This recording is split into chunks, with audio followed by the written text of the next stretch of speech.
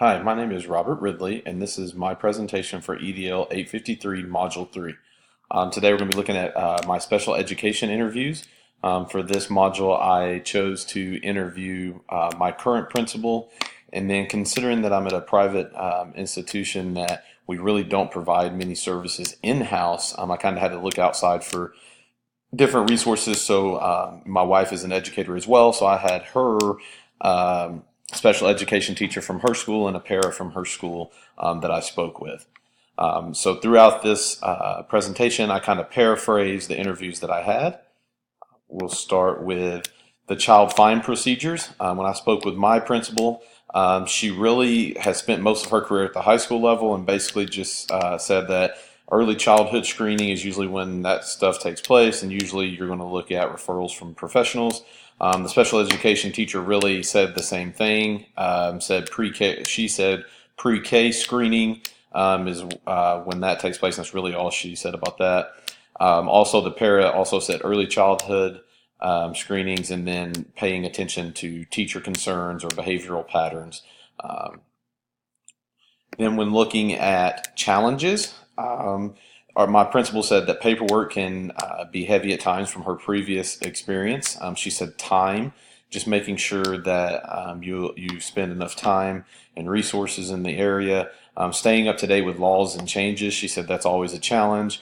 As things can change, or there's just a lot. She said there's just a lot of laws and regulations that go into special education, and she said one of the biggest challenges is burnout with teachers, and it's a tough job. And she said making sure that your teachers don't get burned out is a big challenge, or herself in general getting burned out. The special education teacher said how to get the kid to meet their goals, so that could be a challenge. Knowing laws and procedures, so staying up to date on those laws and procedures, she mentioned was a challenge. Also, just working with staff and knowing their teaching styles, as most people are different, but just getting to know them and making sure you guys are on the same page. And then the para, inconsistent scheduling was one thing she brought up. So basically what she was meaning by that was, sometimes if someone's out, then their schedule may change for the day. So they might have supposed to have been in this room, but now they're in a different room.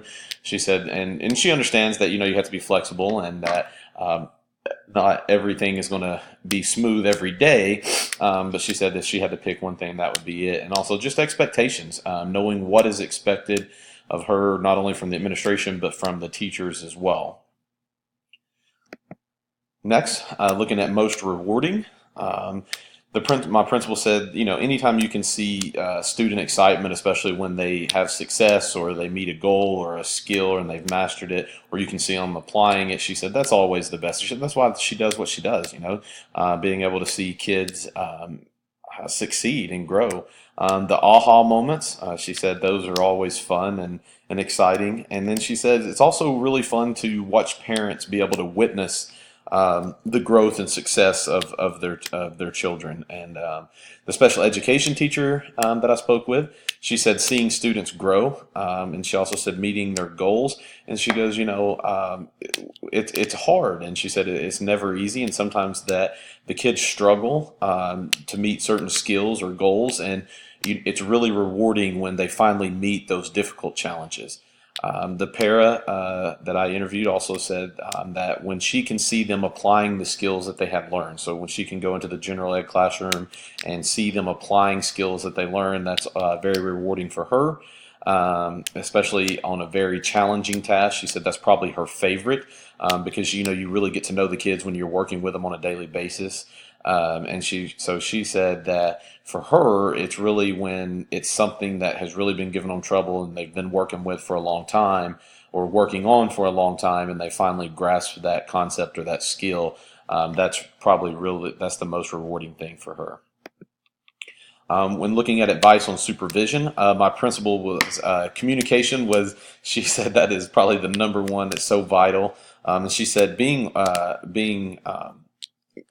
giving your expectations from the start. So making sure that you lay out your expectations and what you're expecting to see when you do come into the classroom. And she said you got to build relationships. You have to build strong relationships with your faculty and staff. The better your relationships are, the easier it is to give that feedback and to have those professional conversations. And she said, always be consistent and fair. No matter what your feelings are or anything along those lines, that it's very essential that you're consistent and fair and that people notice. And she said, just follow through. She said, if you're going to do something or you say you're going to do something, then follow through with it and do it in a timely manner. When speaking with their special education teacher, she said that she randomly pops in to observe. She said training, making sure that enough training has been given and resources provided so that they're knowledgeable and they know what they're doing. And also just expectations, laying out the expectations for who she's supervising. So they know what's expected of them. And so that way they know what she's looking for when she comes into the room. She also mentioned creating a binder with information on all of those students. So that way she can also not only when she's kind of supervising, or when she's doing some observations or different things like that, she kind of knows each kid. But if she doesn't know that kid, then she can go to the binder. Where she doesn't have that kid a lot, she can go to that binder and pull up different things that the kids should be working on, or their goals, or where they at. That way she can kind of see where they are and how they're progressing that day. And then just again, the relationships. Anytime you can create those strong relationships, it's going to be for the best success of the student. She said the better your relationships are with your coworkers, it's going to bleed over to the students as well, and they notice. The para that I interviewed, she said just communication is key. She said she also is really keen on communicating expectations. And also, if you are giving feedback, just meaningful feedback in a timely manner. She understands that she knows that sometimes we all get busy, but it's very important to get that feedback in a timely manner. Next, when working with parents, my principal said, she said, one of the key things that people tend to overlook is just listen. She said, a lot of times parents just want to be heard and they want to know that you have their child's best interest at heart. So just listen and be willing to take the good with the bad, but be able to just make sure that they're heard. And she goes, and also communicate. And she goes, you got to be able to share with them your plan and your vision for their child's success and be transparent with it. Sometimes you're going to have very good information to give, but sometimes you got to make those tough conversations or make those tough phone calls. But just be very transparent and open and honest, and most of the time that's going to play out in your favor. Open door policy. She said, just let them know in that communication process that you always have an open door policy. If there's anything that comes up that they have an issue or a concern over, just know that my door is always open and that you're more than willing to stop in, give me a call, shoot me an email, whatever that may be. But just let them know that you do have an open door policy as long as you're not, in a meeting or anything like that or out of the building. And she also said just knowledge. So be knowledgeable about what you're doing or who you're speaking with. So and we're talking about special education, she said just make sure you stay up to date with changes in laws and policies and be knowledgeable about it. Because you are supervising it, but also you must communicate with the parents, and they need to know that their child is with someone that understands what they're doing and what their child needs to be successful. The special education teacher that I interviewed, she said just communicating. She said you got to communicate with the parents. She said she likes to send a get to know you letter home at the beginning of the year. That way the parents can get to know her a little bit. She can get to learn a little bit about the parents. And just again, that communication piece is so key that it's so important for everybody to be on the same page, because that's what's going to set the student up for success. When you can work together as a team, parent and teacher, it's just going to be the best for the child. And she said, you have to be patient. And she said, especially in special education, she said, patience is key. She said she understands, a lot of people say patience is a virtue, but she said it really is. You just have to learn to be patient. The pair that I spoke with, she said the communication obviously was one of the things she said, but she made the comment, she said, it's also good to call home on positive growth. So, a lot of times we call home just when something bad happens or there's a concern. She said, but also give a call home and give some praise and let them know that their child is growing and they're making progress and that they're doing really well. And she said, just continue to collaborate. That way, if something does come up at home, or the parents feel like they can come to you and talk with you, and also vice versa, if something happens, you just have to work together as a team in order for the child to be successful. Working with the regular education teacher, The principal said it's kind of similar for her. She said communication's key, staying consistent and following through. And she said the other thing is just make sure you're including everyone. And she said one thing she tries to get away or to not have is little cliques or people on in their own little area. She said I want everyone to feel like they're included in the process. So for her, it was kind of similar, but just making sure that everybody feels included. The special education teacher made mention of just collaborating, making sure that you're on the same page because that's what's going to be best for the kids. Have a plan and know the plan. And, sometimes we have to be flexible, but also have a plan in place. And if we need to deviate, we can deviate, but make sure we know what that plan is ahead of time.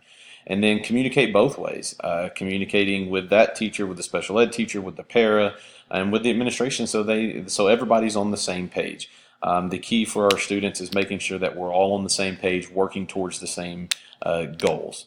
The para kind of the same thing for her. She just said, you got to be flexible. You never know what's going to happen. And anytime you have good relationships with your teachers or your coworkers, she said it's always going to be better. And then you guys have fun together, and the kids see you having fun, so they have fun. And then also she just said you have to collaborate. That way, kind of like what the special education teacher said, you have a plan, you know what the plan is, but it's best when you can collaborate and you work together in building that plan. Some advice for first year administrators. My principal said just work-life balance. She said she believes that's key in not getting burnt out. You must make sure that you have to take time for yourself as well, and for your family and your kids if you have them. But she said you just need to take time for yourself and to make sure that you don't get burnt out. Being organized, she said being highly organized for a first year administrator is key. She said you must communicate. As always, communication is vital. And she said you have to understand that it's okay to let other people help you. She said that was one thing that she struggled with when she first started. She was trying to do everything herself. She said so it took her a little bit to finally learn that it's okay to ask for help. The special education teacher brought it just be open and honest, to be transparent, and then allow others to have an input in the decision-making process. Again, that collaboration I think is key and helping them feel like they had a part in the vision and the mission of what's going on. And also, she said just to make sure expectations are laid out ahead of time. That way, everyone knows what's expected of them. The para that I spoke with, she said, be willing to listen. Be willing to listen to your teachers, to your parents, to whoever may come to you. And it may not always be good. It may be bad. But just be willing to listen. And she said also the strong communication skills is huge. And she also mentioned be flexible. As we all know, our schedules can change in the blink of an eye in education. So she said just being flexible and remaining calm, cool, and collected, because that definitely spills over to the teachers and to the kids when we get upset. So she said being calm, cool, and collected was one thing that she really gave out that I thought was a very good piece of advice. The last thing that I have is some characteristics that they look for in aspiring administrators. My principal said passionate about what they do. She said that's the first thing. She goes, how passionate are they about what they do? Do they care about education? Do they care about kids? And she said that's pretty easy to pick up on when you start speaking with people in interviews and things like that. She said another thing she also looks at is the goals. Do they have goals? Do they have a vision? Where do they want to be in the future? She also tends to look at hard workers. She understands that life happens and things like that, but just being a hard worker and being upfront and honest. And then that's kind of going along with being a person of integrity, just be honest. The special education teacher that I interviewed, she said attitude. And she goes, what I mean by that is the attitude of your administrator kind of sets the tone for the building. It sets the climate and the culture. If they're happy and personable, then other people will tend to be too. Be caring, be honest, be understanding. Life happens. Be understanding of that. The para that I interviewed, she said be personable, be willing to go around, meet everyone on your faculty and staff, get to know them all, say hi, have a smile on your face. She said because it bleeds over to everyone. If you're happy, then others tend to be happy as well. And she said put others first. She said be willing to put others ahead of yourself and your own interests. Thank you for listening. Sorry I got to talking a little fast there at the end. I was about to run out of time, but thank you for listening. I hope you enjoyed my presentation. I look forward to working with you guys throughout the rest of this course.